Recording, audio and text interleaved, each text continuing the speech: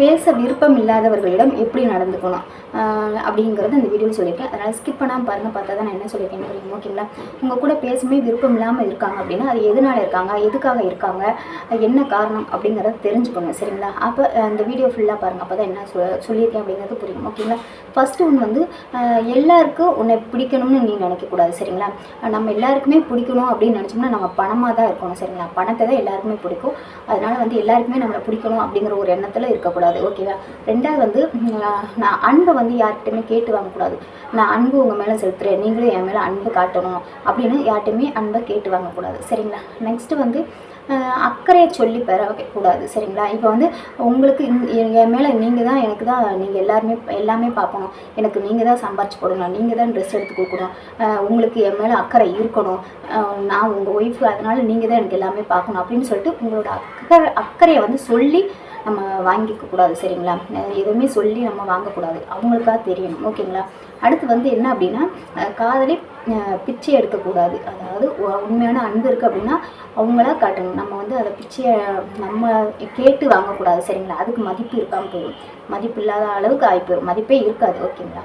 அடுத்து வந்து என்னென்னா இது எதுவுமே கிடைக்கல, அதாவது இது எதுவுமே கிடைக்கலைன்னா அந்த இடத்துல ஒரு நொடி கூட இருக்கக்கூடாது. சரிங்களா? இப்போ நான் சொன்ன விஷயம் எதுவுமே கிடைக்கல, அங்கே இல்லை அப்படின்னா அந்த இடத்துல வந்து நீங்கள் இருக்கக்கூடாது. அந்த இடம் உங்களுக்கு நான் சொல்கிறதுனா உங்களுக்கான இடம் இல்லை. சரிங்களா? உங்களுக்கு அந்த இடத்துல மதிப்பு இல்லை அப்படிங்கிறத புரிஞ்சு நடக்கணும். சரிங்களா?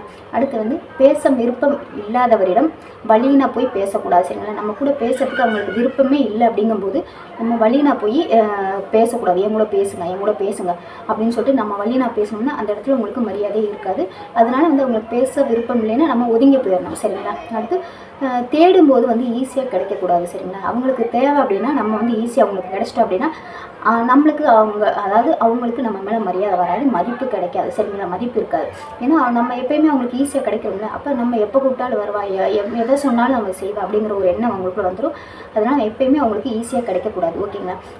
அப்படி அடிக்கடி உங்களை வந்து அப்படி கிடைச்சிட்டோம் அப்படின்னா வந்து அவங்க நீங்கள் எங்கேயா தெரியாமல் போயிட்டா கூட அவள் எங்கிட்ட சுற்றி நம்மக்கிட்ட வந்துடுவா அப்படிங்கிற ஒரு எண்ணம் வந்துடும். சரிங்களா?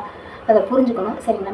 வஞ்சத்தை நெஞ்சில் வைத்து பொய்யாக கொஞ்சி பேசும் போலி உறவுகள் நச்சுக்கு சமம். சரிங்களா? உண்மைதான். வஞ்சத்தை வந்து மனசில் வச்சுக்கிட்டு போலியாக கொஞ்சி பேசுகிறாங்க அப்படின்னா அவங்க விஷத்தை விட மோசமானவங்க, அதை புரிஞ்சு நடந்துக்கணும். சரிங்களா? அப்படிப்பட்ட உறவுகளிடமிருந்து தள்ளியே இருப்பது ரொம்ப நல்லது. சரிங்களா? அதை புரிஞ்சுக்கோங்க.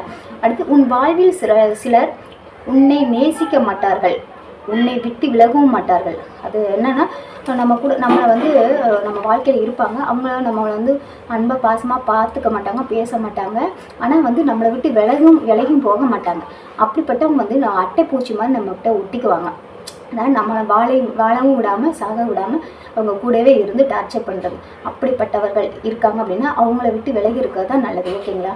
இந்த வீடியோ உங்களுக்கு பிடிச்சிருந்துச்சுன்னா லைக் பண்ணுங்கள், ஷேர் பண்ணுங்கள், கமெண்ட் பாக்ஸ் கமெண்ட் பண்ணுங்கள். சப்ஸ்கிரைப் பண்ணாமல் அப்படின்னா சப்ஸ்கிரைப் பண்ணிவிட்டு பெல்லைக்கான கிளிக் பண்ணிட்டு ஆளுங்களை கிளிக் பண்ணுங்கள். அதில் போகிற வீடியோஸ் எல்லாமே உங்களுக்கு நோட்டிஃபிகேஷன் வரும். டெய்லியும் வீடியோஸ் போகிற ஷார்ட்ஸ் போய் லைவ் போட்டுட்டு எல்லாத்தையுமே பாருங்கள். யூடியூப்பில் போயிட்டு ரித்தி மோட்டிவேஷனல் ஸ்பீச்சுன்னு போடுங்க, என்னோடய வீடியோஸ் எல்லாமே. ஓகே, பாய்ங்க. அடுத்த வீடியோவில் பார்க்கலாம்.